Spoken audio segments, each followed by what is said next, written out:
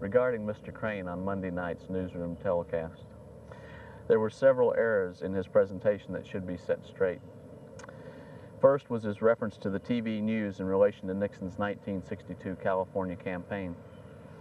Mr. Nixon himself at his final news conference praised the TV coverage as being the only saving grace of that campaign, as his problem that time around was the newspapers.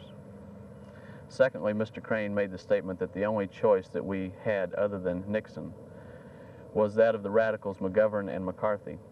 Has he forgot Hubert Humphrey and the slim margin by which Nixon took the '68 election?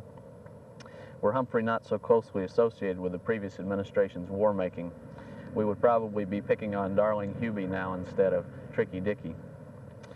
Third, Mr. Crane does not allow that Mr. Nixon has brought any of this upon himself, and apparently accepts the President's self-serving statements and attacks as gospel.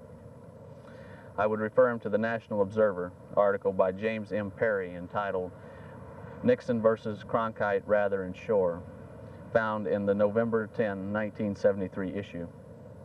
This article followed Nixon's press conference in which he lambasted the TV news as being vicious, etc. Mr. Perry apparently got the CBS transcripts of the 10 days immediately preceding the event. His conclusions were, number one, that the materials presented were pretty bland, pretty straight, and pretty sketchy in detail.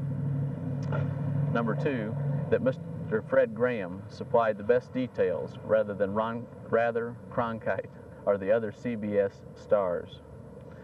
And third, that Sally Quinn and Hughes Rudd did a much better job on the story in the morning than the old-timers did at night.